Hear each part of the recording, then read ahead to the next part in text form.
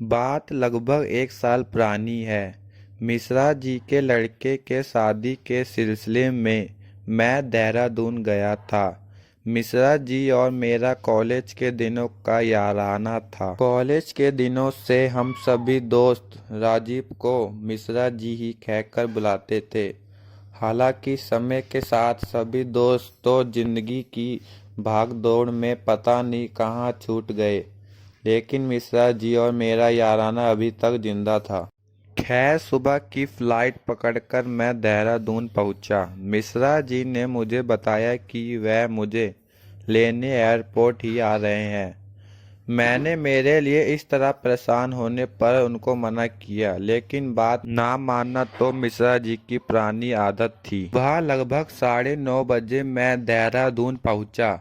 मिश्रा जी मुझे रिसेप्शन पर ही कॉफ़ी पीते हुए दिख गए। उनके साथ उनका बेटा आशीष था, जिसकी शादी में मैं आया था। मेरे नज़दीक जाते ही उसने मेरे पैर छूकर मेरा सम्मान किया और मुझे कॉफ़ी की पेशकश की। हालांकि ज़्यादा ज़रूरत ना होते हुए एयरपोर्ट पर 280 रुपये कॉफ़ी के लिए बर्बाद करना मूर्खता थी। सो मैंने कॉफ़ी के लिए आशीष को मना कर दिया।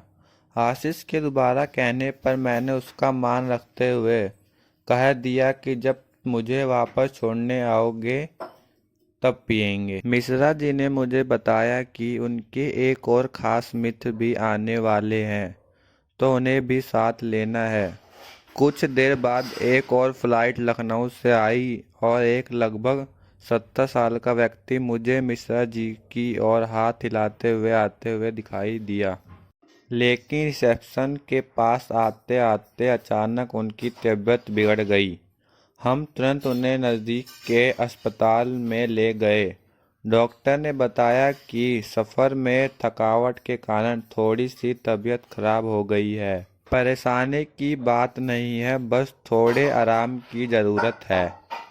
यह सुनकर हम सबके जान में जान आई। आशीष और मैं अस्पताल का बिल भरने के लिए रिसेप्शन पर गए। वहाँ एक महिला पहले से खड़ी थी। कंपाउंडर उस महिला से बार बार कह रहा था कि डॉक्टर साहब आपसे फीस के पैसे नहीं ले रहे हैं, लेकिन दवाइयों के 250 रुपये तो देने ही होंगे। महिला पैसा ना होने का कहकर कंपाउंडर से दवाइयों के लिए विनती कर रही थी।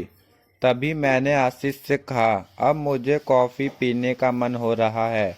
आशीष मेरी बात को समझ गया और उसने दवाइयों के 250 रुपये उस महिला को दे दिए। महिला ने आशीष के सर पर प्यार से हाथ फेरा और बिना कुछ बोले ढेर सारी दुआएं और आशीर्वाद देकर चली गई। आशीष और मैंने उस दिन जिंदगी का एक नया पाठ सीख लिया था।